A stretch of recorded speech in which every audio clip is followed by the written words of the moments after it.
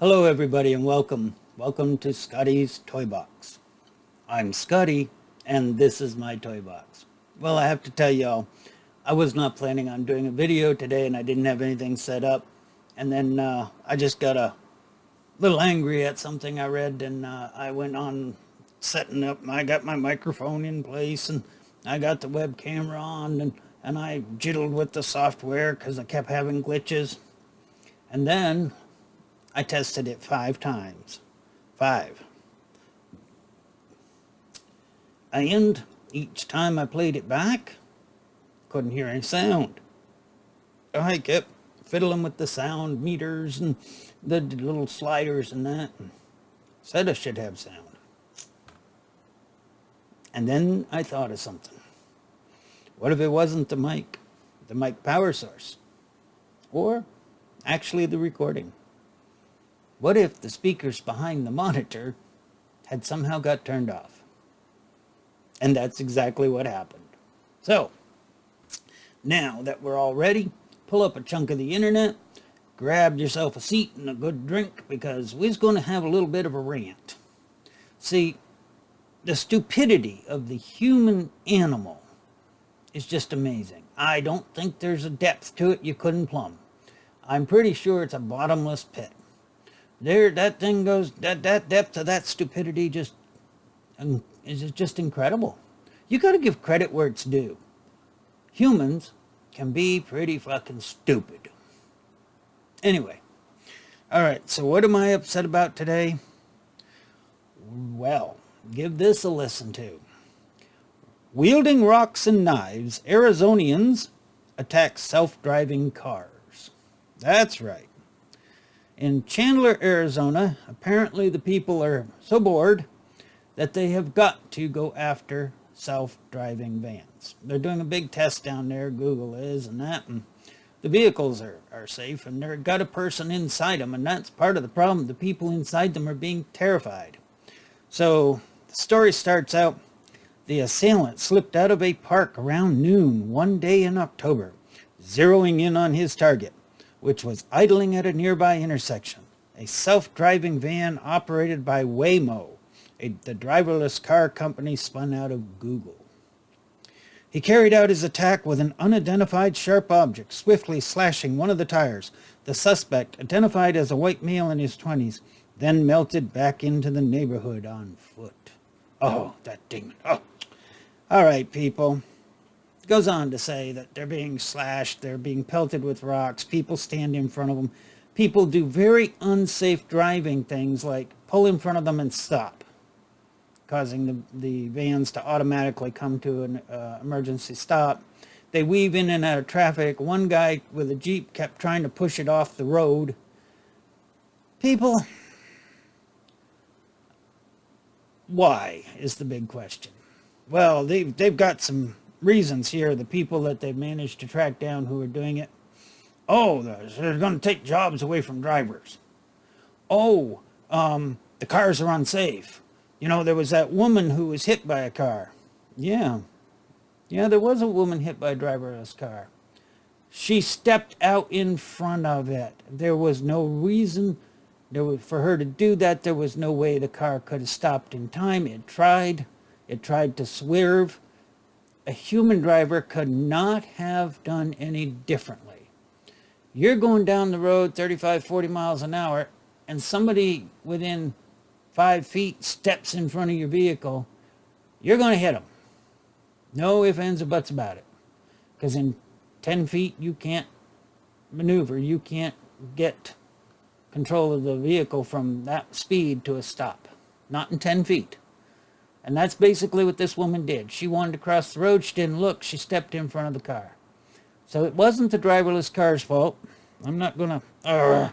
hold on. I just put my hair in my eyes. Hate that. So anyway, it wasn't the driverless car's fault. Now, this really started to come to a head. If you go down this story here, and I'll post it on my blog. I think I'll send it over there. But supposedly some guy who owns an internet software company or something like that. Here we go. Yeah, they even had a guy wave his gun at the car, threatening to shoot the car. People, you do realize there's a driver in there in case of emergencies. These people are being terrified. All right, so this guy, trying to find out where it says here, Eric O. Paloka, 37, was issued a warning by police after he tried to run it off the road. His wife admitted her husband is entertained by doing emergency hard stops in front of the vans. All right. This guy owns his own company providing information technology to small businesses. I'm wondering if there's some reason why he's particularly upset. And he says that the trouble started, the couple said, when their 10-year-old son was nearly hit by one of the vehicles while he was playing. He apparently ran into the road. Oh, gee, that's the fault of a driverless car. He was not hit. Give that some thought. He was not hit.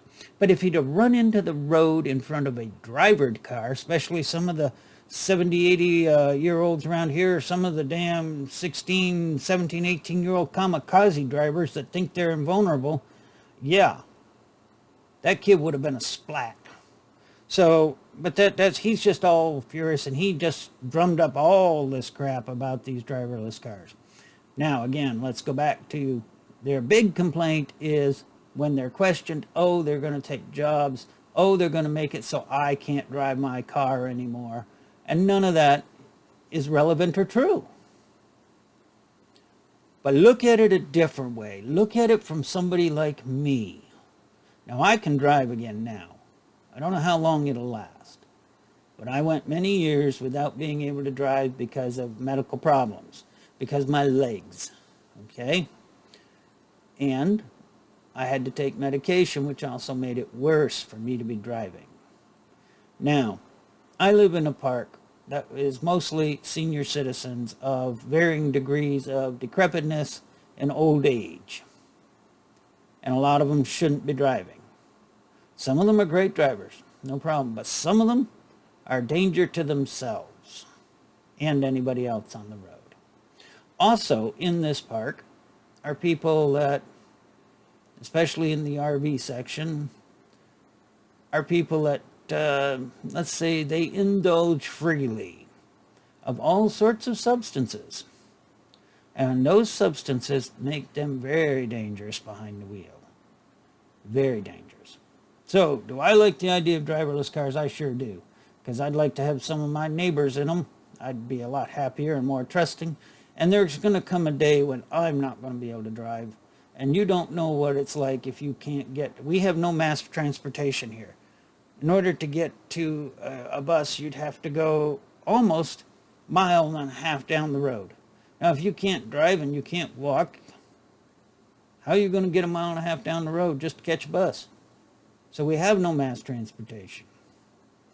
Quite frankly, people here have to be able to drive. Now, luckily, we just got a grocery store about that same distance, about a mile, mile and a half down the road. And people here and in the surrounding area can take their golf carts to the grocery store and get their groceries and bring them home. And I agree that's a much better idea than them getting their cars out. So, that's my rant for today. People, stop attacking inanimate objects. It ain't going to do you much good. You're tilting at windmills. This has been Scotty, and I hope this rant has sort of got you thinking a bit. Alrighty, I'm going to shut all this down. You all have a great New Year's evening. Have a good New Year's Eve. And, as always, hugs.